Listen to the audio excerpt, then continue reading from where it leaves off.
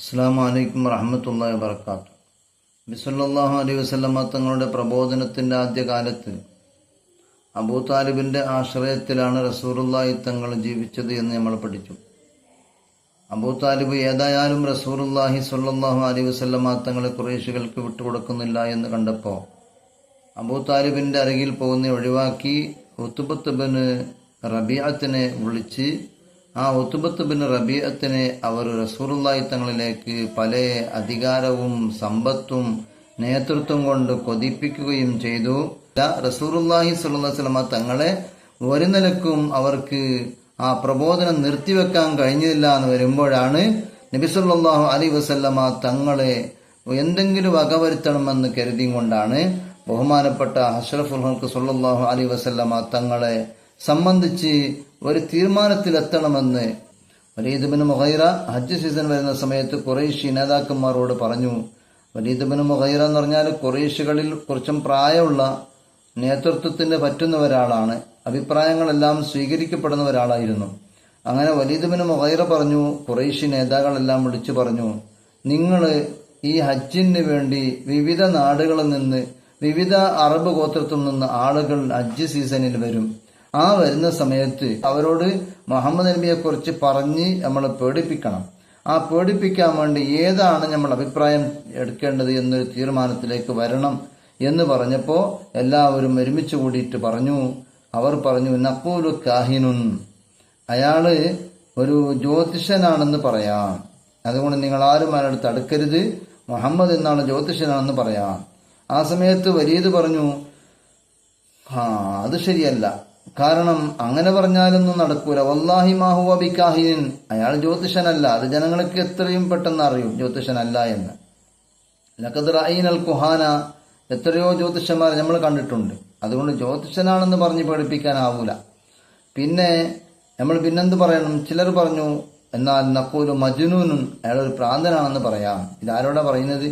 ഹജ്ജിന് വരുന്ന ഹജ്ജ് സീസണിൽ വരുന്ന വിവിധ അറബ് ഗോത്രക്കാളിൽ പെട്ട ആളുകൾ ഇങ്ങനെ ജനസാഗരങ്ങൾ മക്കയിലേക്ക് ഒഴുകുമ്പോൾ അവർ മുഹമ്മദ് നബിയെ കൊണ്ട് ഇസ്ലാം സ്വീകരിച്ചു പോകണ്ട എന്ന് പേടിച്ച് മുഹമ്മദ് നബിയെ ഒന്ന് പേടിപ്പിക്കുകയാണ് അവരോട്.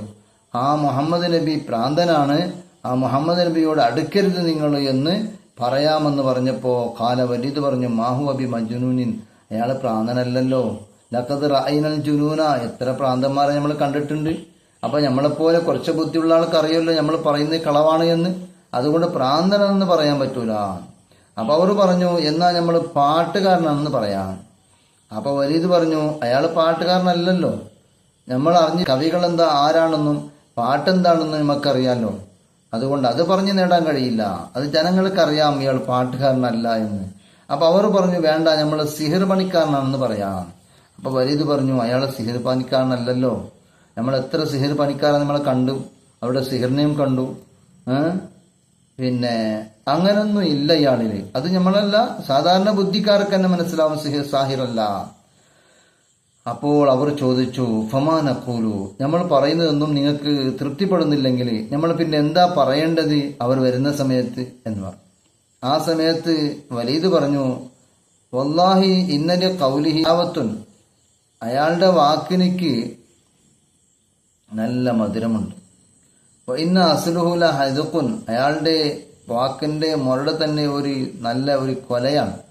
ഇന്ന ഫറുഹുല ജനാത്തുൻ, അതിൽ നിന്ന് വരുന്ന ഫലങ്ങളെല്ലാം മധുരമുള്ള രസങ്ങളാണ്. വമാ അൻതും ബിഖായിലിന മിൻ ഹാദാ ഷൈഅൻ ഇല്ലാ ഉരിഫ അന്നഹു ബാത്തിലുൻ, നിങ്ങൾ ഈ പറയുന്നതെന്നും പറഞ്ഞാൽ അത് ബാത്തിലാണെന്ന് മനസ്സിലാകും, അതുകൊണ്ട് അങ്ങനൊന്നും പറഞ്ഞിട്ട് നിങ്ങളെ അഭിപ്രായം ഒന്നും ഇവിടെ നടക്കൂല. മജ്നൂൻ എന്ന് പറഞ്ഞാലും പാട്ടുകാരൻ എന്ന് പറഞ്ഞാലും സാഹിരി എന്ന് പറഞ്ഞാലും ഒന്നും നടക്കൂല. പിന്നെ ഞാനൊരു അഭിപ്രായം പറയാം, അതെന്താണ്? നമ്മളിപ്പോ അവരോട് പറയാൻ ഏറ്റവും അടുത്ത ഒരു കാര്യം അവരോട് നമ്മൾ പറയാം, എന്ത്, നിങ്ങളെല്ലാവരും ഓരോ വഴിയിലിരിക്കണം, അവർ അറബികൾ വരുന്ന വഴിയിലെല്ലാം ഇരുന്ന് പറയണം, അയാളൊരു സാഹിറാണ്, സിഹിർ പണിക്കാരനാണ്.